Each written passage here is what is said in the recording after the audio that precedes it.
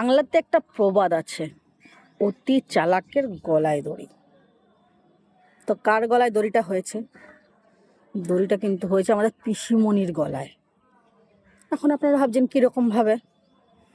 পিসিমণি ভাবলো 1500 টাকা করে মেয়েদের হাতে আমি গুজে দিলেই সারা জীবন আমি এই গদিতে দখলদারি দিয়ে বসে থাকবো। কিন্তু দেখুন, চালাকিটা খাটলো না, পিসিমণিকে হারতেই হলো।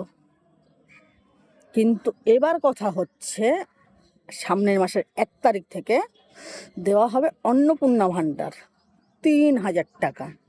কিন্তু ভোটের আগে যারা বলেছিলেন 3000 টাকা আমাদের লাগবে না,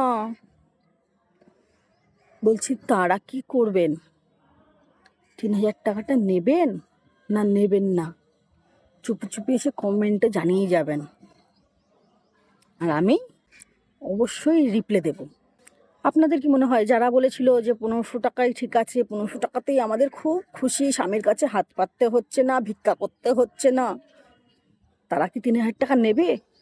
মতামতটা অবশ্যই জানিয়ে যাবেন।